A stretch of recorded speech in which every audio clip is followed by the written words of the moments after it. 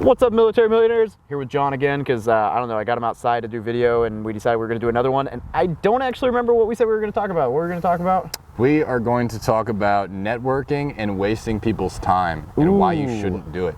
Yeah, this is good. This is actually in my journal of things to rant about. So this is going to be a less angry Marine rant because John is soft.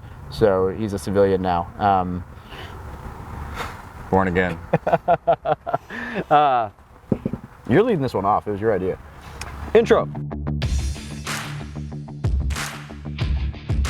Yeah, so one of the things that I've noticed David get frustrated about, and I think it pretty much frustrates everyone. So there's a lot of people who are really new to real estate, brand new, don't know basically what a house even is.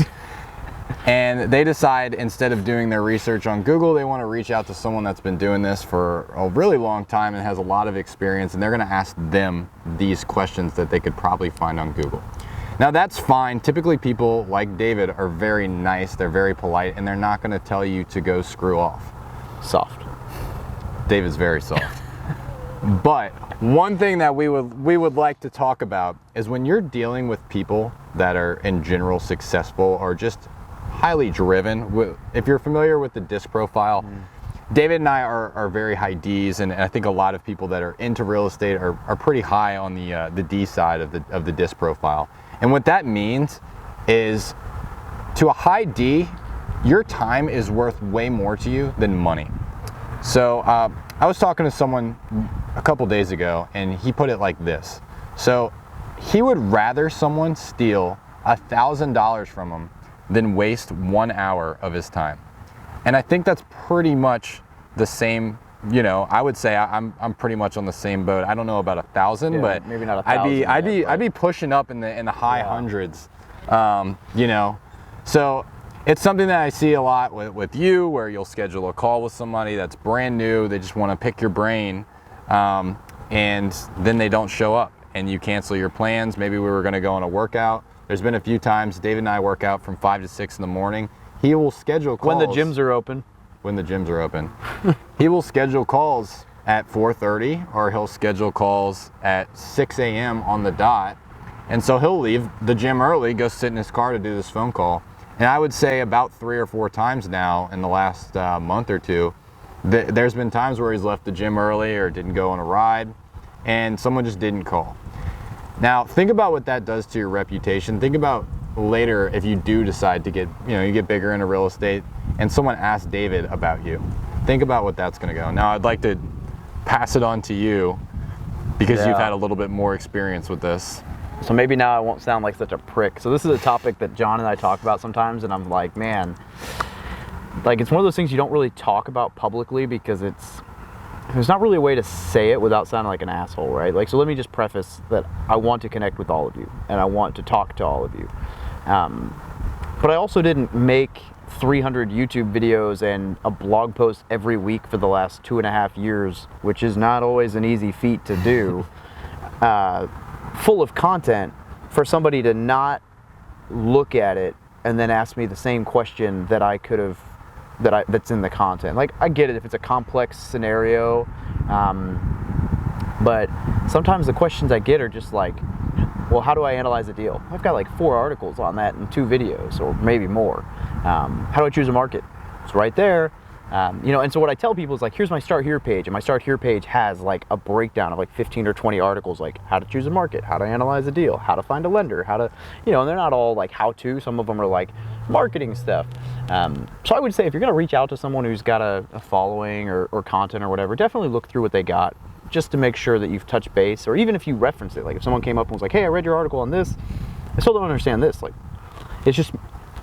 it's more meaningful because it's like, oh man, this person took the time. Like, I'm glad that my content helped them out, right? Like, that's why I started doing content in the first place, was to help answer those questions as I got bigger and couldn't answer all the questions coming into Instagram.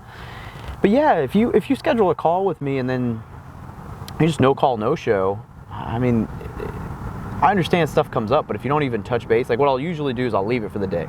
If I don't hear from that person for the day, and you reach back out to me to contact again, like, you're gonna have to earn the right in my head to another phone call, because I'm gonna guard that scheduling link.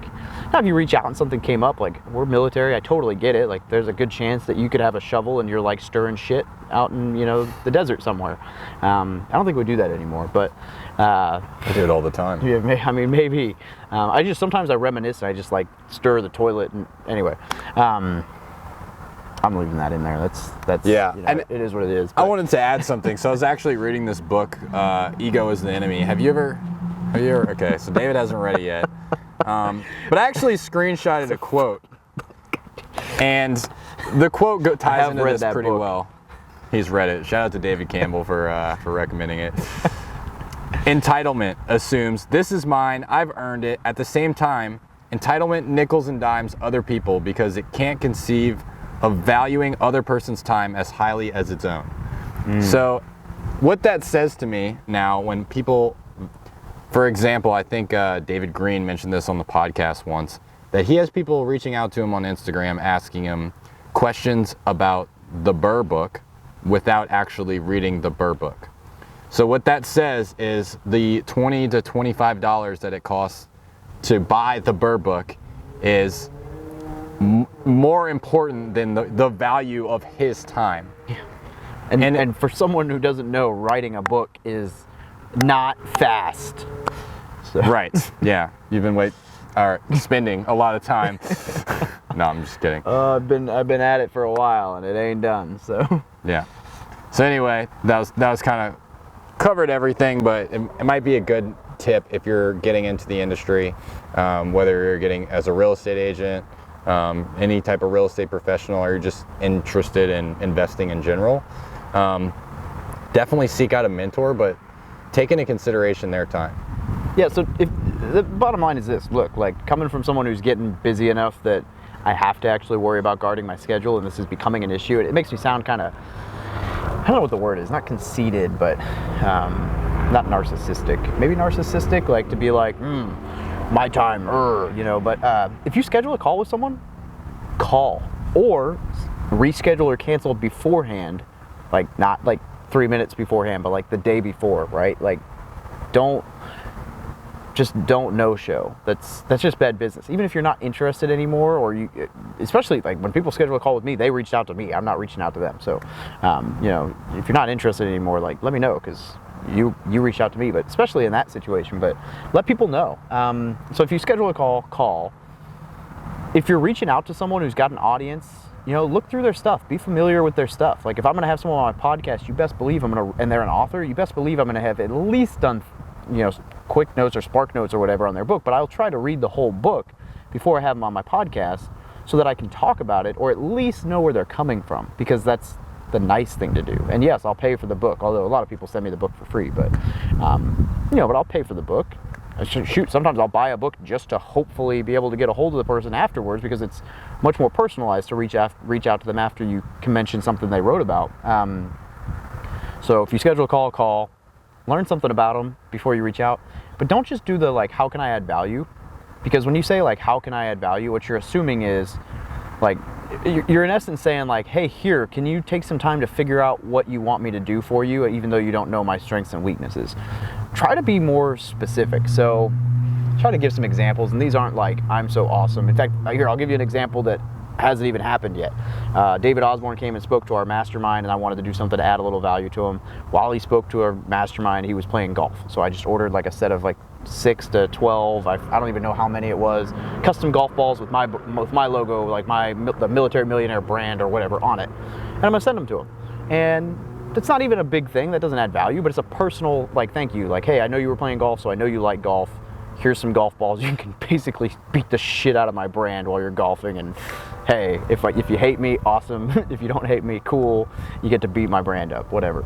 But like a good example is if you know somebody's starting, well, shoot, we'll use David Green. He's starting a mortgage company, right? So if you knew that, and you had someone in his area that was looking for a loan, you could introduce them. That would add value. Or if you knew a really hungry loan officer who would be a great person and wants to grow and would be a good person to introduce to David, and you could hook him up with someone that would be worth growing his business, like that would be something. So find something even if it's like something that someone's mentioned, like, you know, I don't know, man, I really love running such and such, and you can, I don't know, like find something that relates to them somehow or is somewhat personal or whatever, and just offer that, right? You don't have to buy it, you don't have to do whatever. A lot of times it doesn't have to be a bot thing, but find some way to approach them that's either personalized or value add or whatever. Like the single greatest thing that I ever did as far as this goes is I found a house that was worth flipping in Hawaii, and I handed it to a guy who flips houses and said, I don't want any money, just let me learn from you. Like, that was the best move I ever made. I got to tag, and he actually did give me a little bit of money, but I had to tag along with this guy who makes millions of dollars flipping houses and learn from him and become friends with him. Now, I could have taken a fee for finding the deal. I promise you that wasn't worth as much as the friendship and networking. So just think of things like that. Try to think of it like, instead of asking, how can I add value? Ask yourself, how can you add value? Find something and be personal, right? As I say a million times, like, be a good person, and it's all about the relationships. It's not about getting the mentorship or getting the piece or getting the whatever. It's about building a relationship. And you don't become somebody's friend by being like, yo, what part of your lunchbox is lacking? What would you like me to bring for lunch? You become someone's friend by being like, hey, you want my cookie? Like, hey, you want to, let me sit down and talk to you. Like, whatever. Like, you're not walking up and saying, hey, will you share your lunch with me? And I have nothing to offer. Like, that's not it. So anyway, hope that rant wasn't too long. It's pretty long, but might on topic. have been needed. We're on topic. Woo! Hey, if I sound like a narcissistic asshole, tell me in the comments below, because it'll still help my video, so that's awesome. And John's gonna say my catchphrase on the way out of this video. He's a douche. I'll take it. Should work. Is it on the right side? Yeah, just flip it this way. Flip it up. How'd you do it? Right here? No, flip it. Like, flip it. Oh, like that? No, like literally. It's like. Why is this so difficult for me, huh? You should keep this in the video. All right, guys. This is what Dave looks like when he tries to teach people how to use a microphone. Marine and angry. Yeah.